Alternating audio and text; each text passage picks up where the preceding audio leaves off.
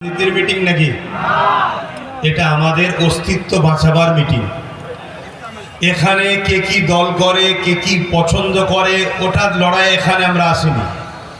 আমরা এখানে এসেছি আমাদের ইমানের উপরে কেন্দ্র সরকার হাত দিতে যাচ্ছে। এবারে ওদের কালো হাতকে ভাঙতে আমরা এসেছি। পারবেন তো নাকি? কথা বলুন, পারবেন তো নাকি? কিন্তু সেই জায়গায় শুরু হচ্ছে আজ থেকে। এই লড়াই কিন্তু অনেক দিন কারে। পারবেন না আবার আমাকে নাবিয়ে দিয়ে সরে যাবেন। অনেক রিকোয়েস্ট করেছে ছেলেরা, নিশ্চয়ই আপনারা জানেন। আমি এসব বিষয় থেকে অনেকটা দূরে সরে গেছিলাম।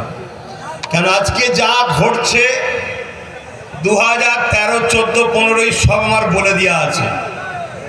সোশ্যাল মিডিয়া খুলবেন, 13, 14 ওয়াজ আমার শুনবেন, সব বলে দেওয়া আছে। আমি সব আল্লাহ খানে বলে দিয়েছি। আজমির শরীফলে কি হচ্ছে, মসজিদে কি হবে, কবরস্থানে কি হবে, তোমাদের কবর হবে না পুরানো হবে, কি ষড়যন্ত্র সব বলে দিয়েছি।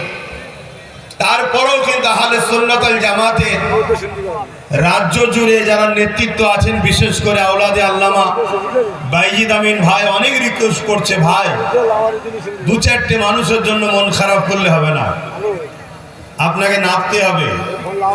আমি নেবে কি অপরাধ করলাম না তো?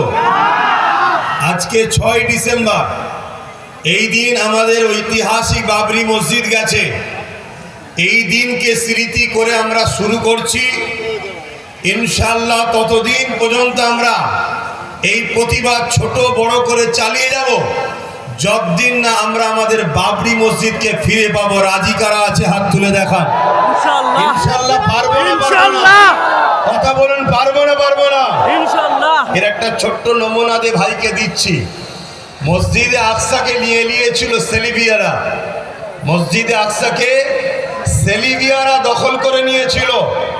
নবচ্ছরে সালাউদ্দিন আইবি বলেছিল, ইনশাআল্লাহ এই মসজিদে আকসা আমি উদ্ধার করব এবং সেখানে একটা সুন্দর মেহরাব নিজে লাগাবো। ইনশাআল্লাহ সালাউদ্দিন আইবির দ্বারাই ওই মসজিদে আকসা একদিন উদ্ধার হয়েছে। তা আমরাও যদি ইমানি বিশ্বাস নিয়ে মহান সৃষ্টিকর্তার উপরে ভরসা রেখে আগাই এবং সততা নাই সত্যের পক্ষে আগায় এবং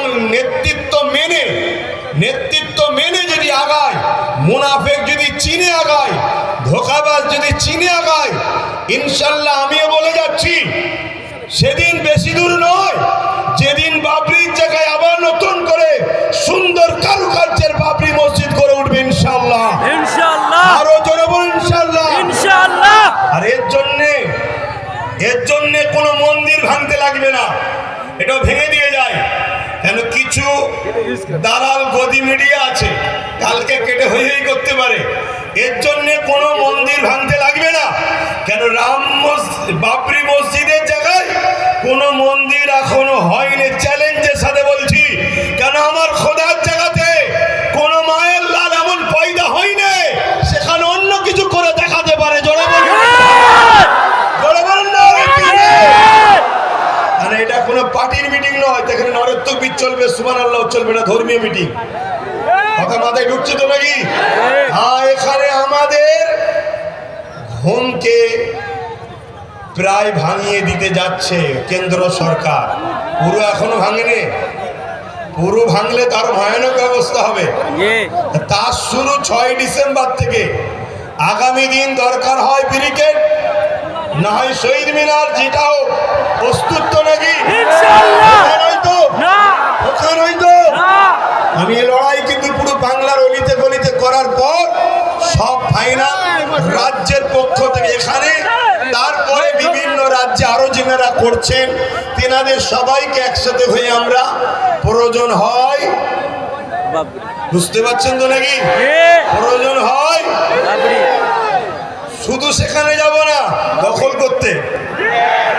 এখন ভাই আলোচনা করবে, তারপর আমি করব।